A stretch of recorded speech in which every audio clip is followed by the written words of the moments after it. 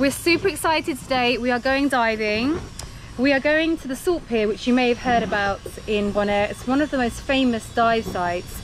And we actually went and looked around all of the Salt Pier the other week when we went to have a look around the salt flats.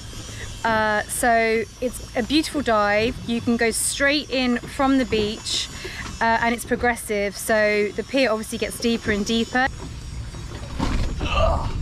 Just humping all the stuff around. That's the only thing with scuba diving is there's a lot of gear to move around, isn't there? There is. It's heavy. So we've got both our tanks, our BCDs.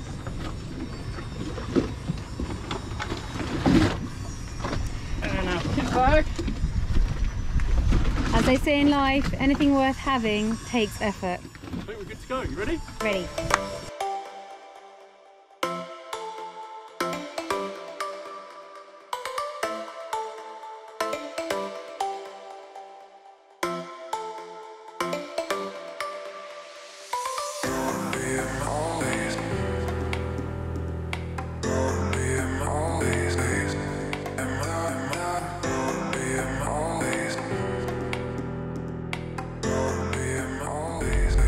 Do you think it's particularly salty here, guys?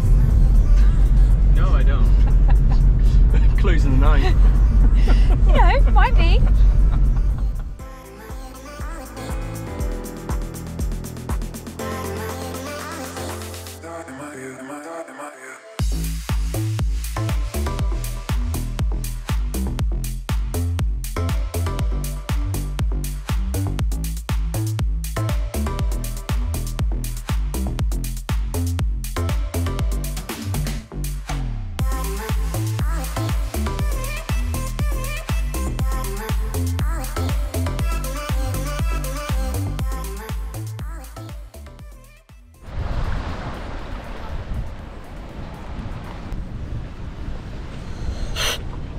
And do you know if that one should be on plus or should that be on minus? The That spare one should be, yeah, it minus? should be until you go in the water and then you put it on The other plus. one's on plus. Yeah. Okay.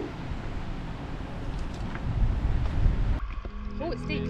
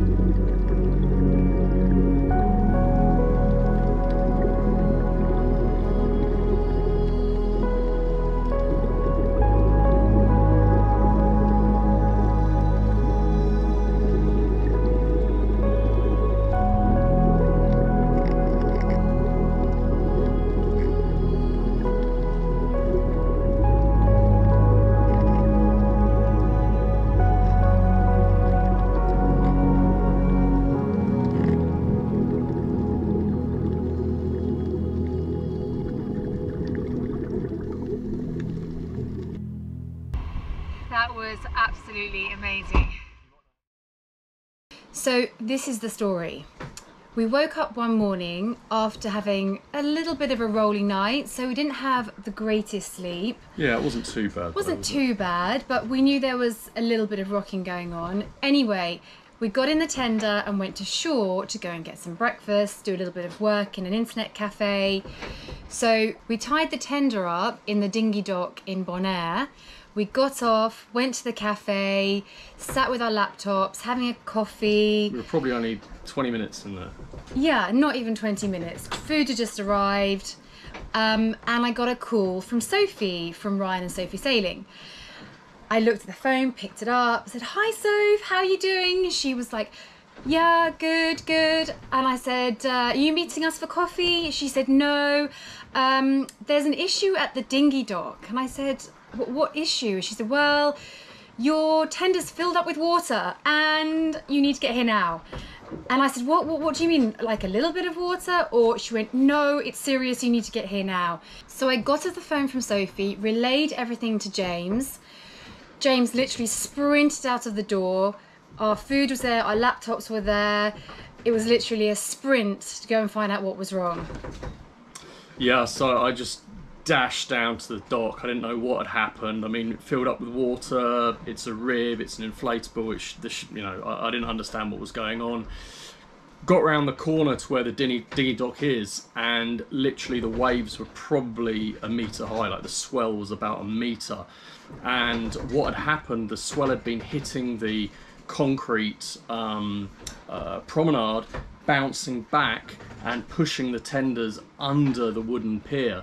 And where the mini-jet's quite low at the front, it had actually gone underneath, and the waves had pushed it under the jetty, and it had got trapped under the jetty, and then waves were coming into the jetty from the other side, filling up with water. So when I got there, they'd managed to pull it through to the other side, but it was literally the same level as the waterline, same level as the sea. It completely filled up with water, and the only reason it wasn't sinking was because both tubes were still inflated. So Ryan also had his tender there. He had to quickly get rid of that because the surge was getting pretty bad. So he moved round, and then we tied the mini-jet to his tender and tried to tow it back to Aequus. But he's got a little Torquedo electric engine, and the Williams is pretty heavy anyway because it's got an inboard engine, but filled up with water, it was really heavy, so it was really difficult to get it back to Aequus. But when we got near to Aequus, she was swaying so much, she was rolling so much, it was ridiculous.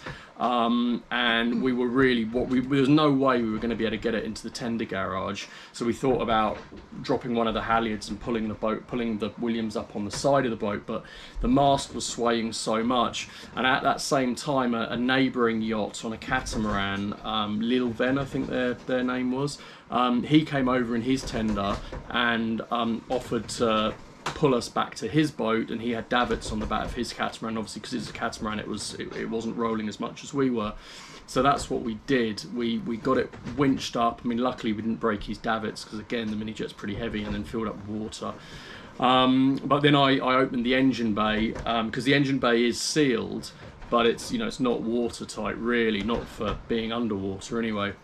And the engine was completely submerged. So at that point, I was really fearing the worst, that it was going to be a write-off. But we drained the water out, and we towed the Williams back to Aequus, and I got it up into the tender garage. I think by that time someone had picked Philippa up, and Philippa had come back to the boat as well.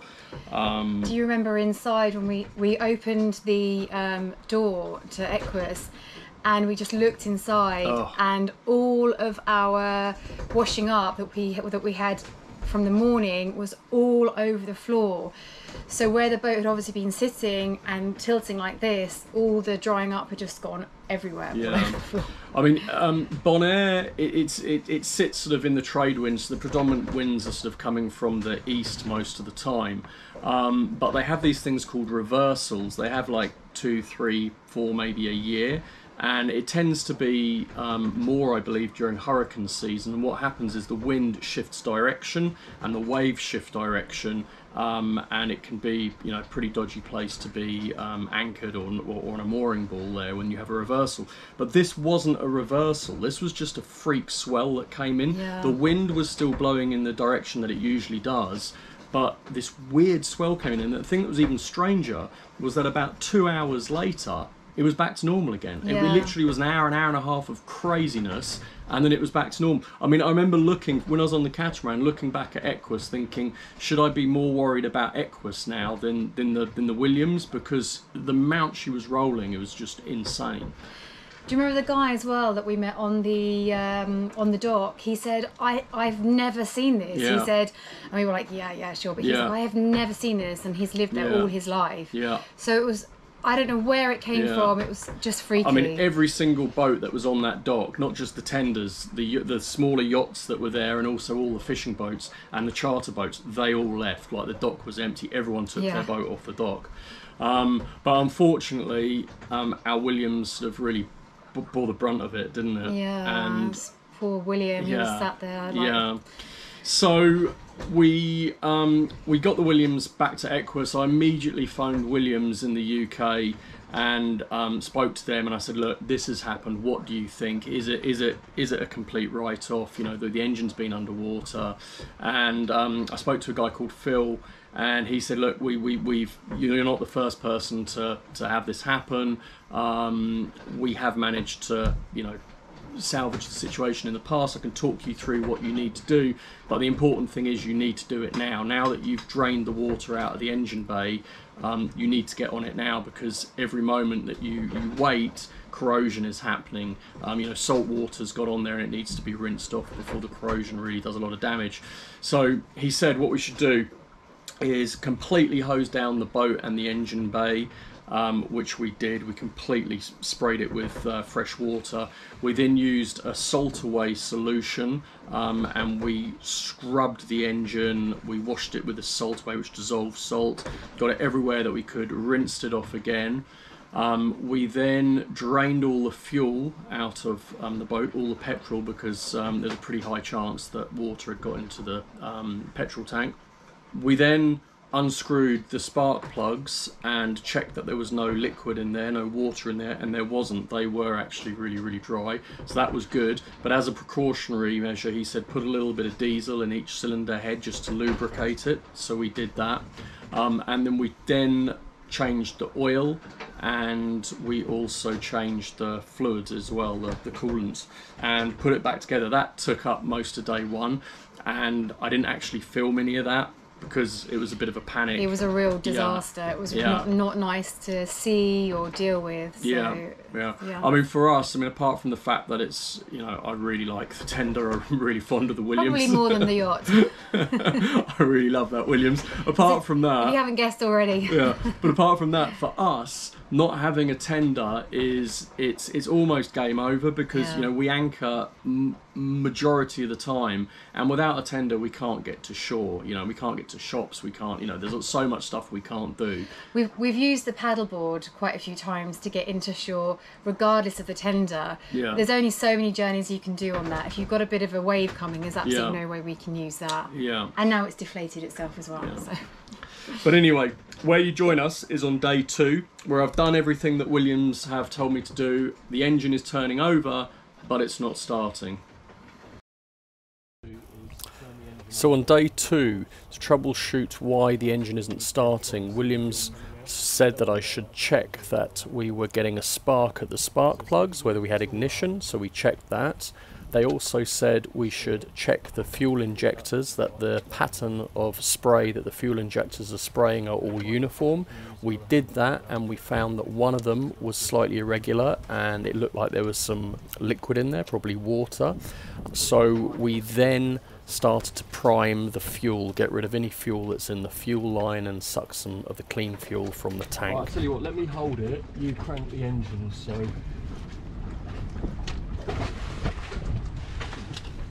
Okay, just press... Oh, look, it's priming. So what, do you want me to just press it now? No. You don't need to press it. Actually, it primes automatically. Look, when you put the ignition on, it was priming. So look.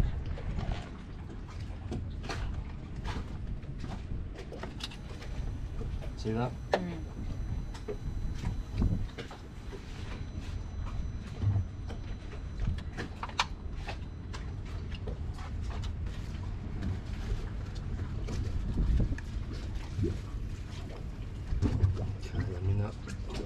There's not much. I mean, there was much more in the first thing. I think we'll do it one more time.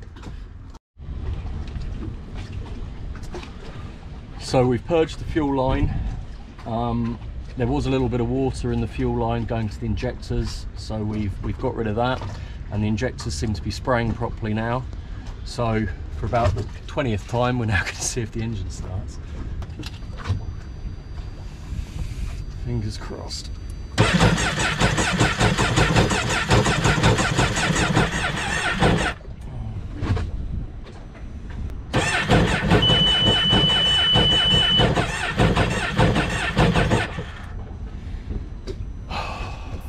The next thing to check would be to see if the engine had lost compression. For that I needed a compression tester, but unfortunately I didn't have one, so it meant a trip ashore to Napa.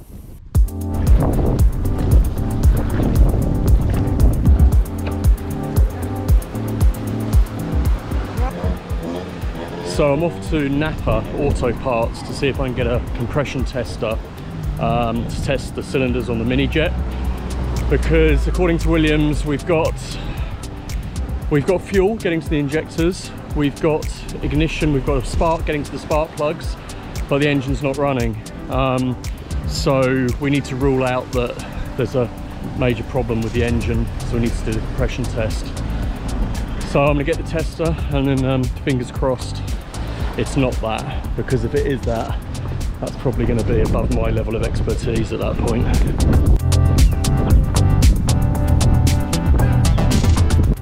Okay, so we have a compression tester, so hopefully that's going to fit, and we're going to be able to rule out that there's an issue with the cylinders in the Rotex engine.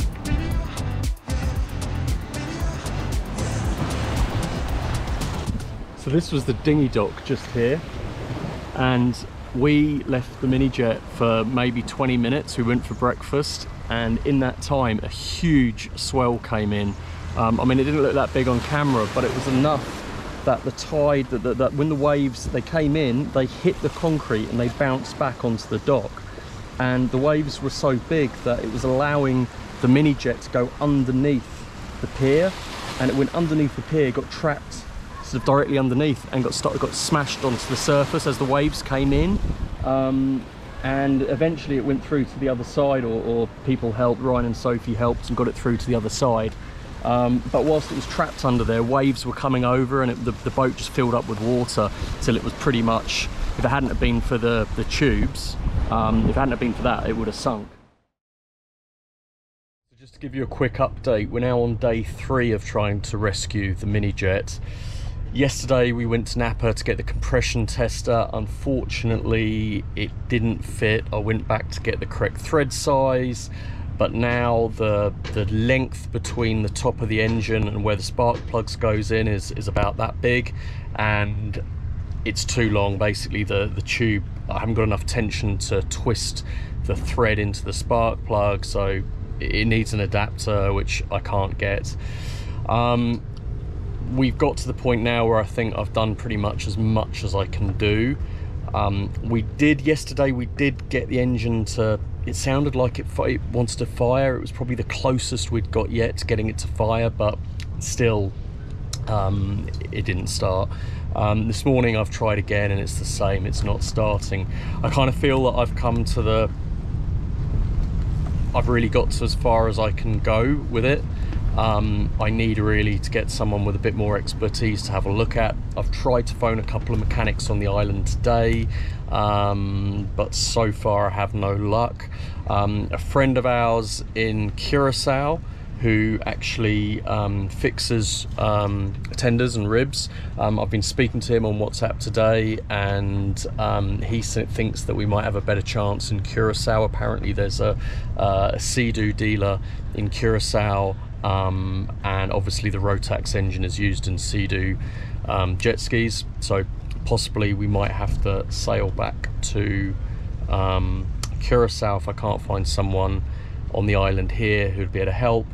I've also phoned the insurance company today just to notify them of what's happened, because the longer this goes on, the more I'm thinking that this is possibly going to turn into an insurance claim, which I don't want to do because it's probably going to really affect our insurance policy next year when it comes to renewal. But you know, it's an £18,000 tender, so you know, I can't afford not to make an insurance claim if we can't fix it. So yeah, that's where we are at the moment. Feeling pretty depressed actually. It's yeah, it's I'm not gonna lie, I feel pretty down about the whole thing, but fingers crossed we can find someone here in Bonaire who can help us. If not, I think the next thing is going to be maybe sail back to Curacao and speak to Irvin, who's very knowledgeable and maybe has got some contacts who can help us. So where we are today, I've changed the fuel again. To me, well, I don't know anything, but there's a spark and there's liquid getting to the spark plugs.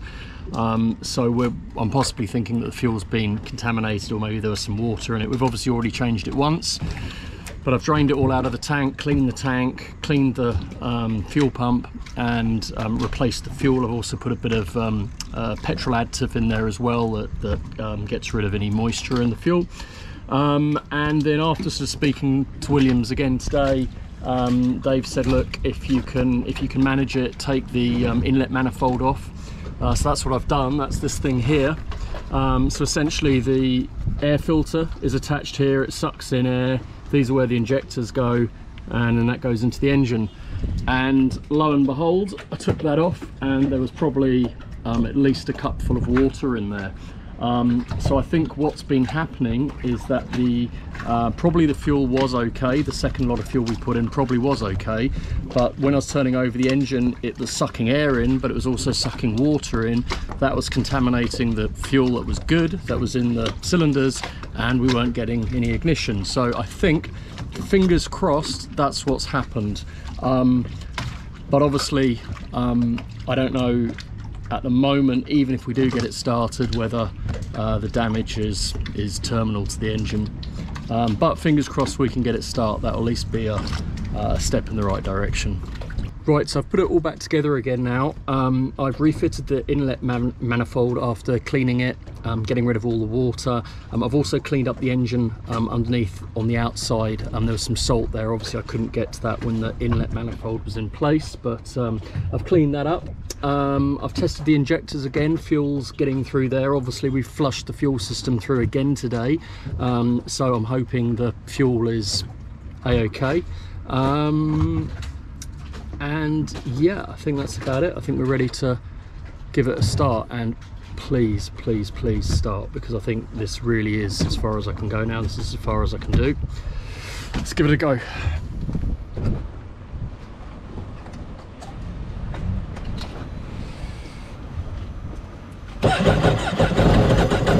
Oh, that was close.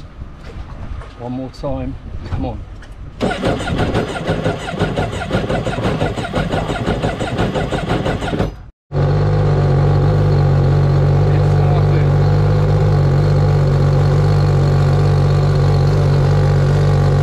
Right, so if it starts again, we're going to connect the hose to the water inlet and run it up to temperature. So water will be flowing through the exhaust, it will be cooling it. We're going to get the engine up to temperature, maybe run it for sort of 5 minutes or so, maybe a little bit longer, get the oil temperature up, get the oil all mixed up, and then I'm going to switch the engine off and change the oil again. That way, if there's any water residue, which there probably is in the oil, we're going to do a couple of oil changes and get that out of the engine. Right, here goes, fingers crossed.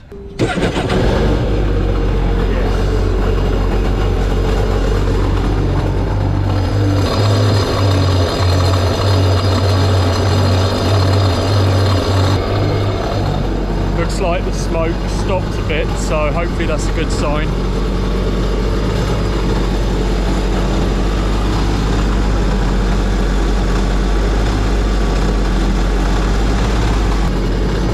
pretty much up to temperature now, so I think I'll switch it off.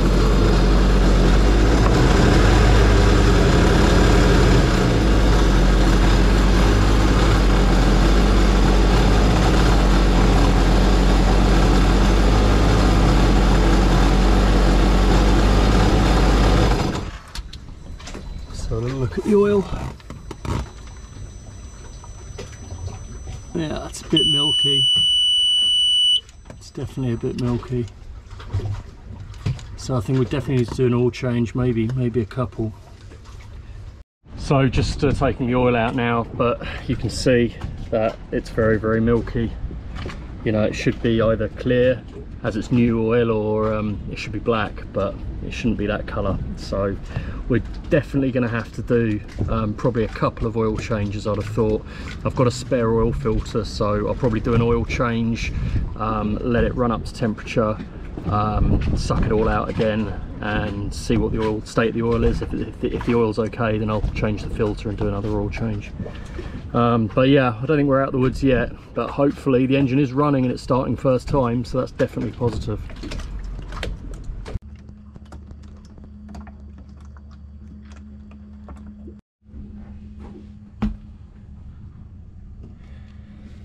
So you can see the difference in the oil. This is the original oil that we took out. Obviously it's been sitting for a couple of days, but it's pretty black. This is the oil that we've just taken out since we've run the engine to get up to temperature, and you can see the colour of it. It's like a milkshake colour, whereas that's more like Coca-Cola. This was the first bit of oil that we took out, and you can see that now the water's settled at the bottom. So there obviously was a little bit of water in the original oil, but now it's sort of moving around all the engine parts and mixing it with the oil. So we're just going to keep doing oil changes to get as much of the oil out, or sorry, as much of the water out, and then hopefully it'll end up sort of this colour again. So as you know, we did a load of oil changes yesterday, and I did the burn off yesterday as well, where I ran it for 20 minutes at 4,500 RPM. And then we've changed the oil again, and now I'm just giving it a bit of a burn to make sure everything's okay. But so far so good. The only thing that's not working is the fuel gauge. Haven't been able to get that working yet. Possibly that is actually the sensor that's failed, I don't know. But everything else is working, so I'm pretty happy. But I'm going to put it through its paces now.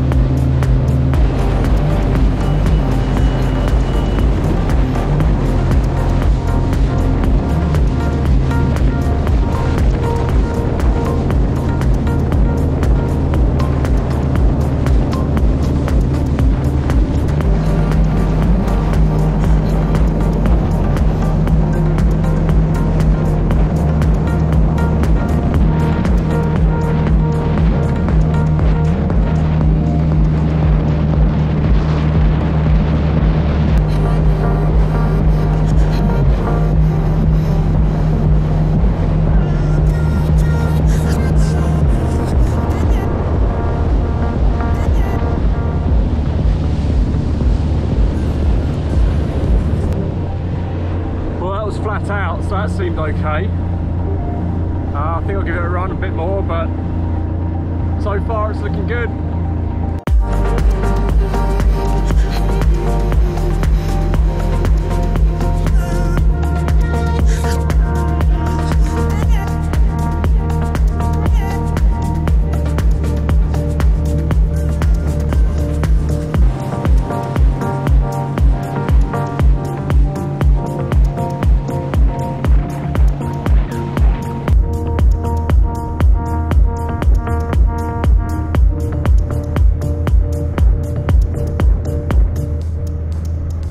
I just want to say a quick thank you to Phil Seymour at Williams UK. He's the guy who pretty much talked me through everything, and there's no doubt without his help I wouldn't have been able to do it, because I really haven't got a clue about engines. But he was even, you know, answering my emails and answering my telephone calls on a Sunday from home. You know, great customer support, so big thank you to him.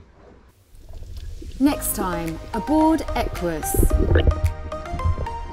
I get taught freediving by 12 times world record champion Carlos Costa. And our Easter dinner with Ryan and Sophie turns into an onboard disco.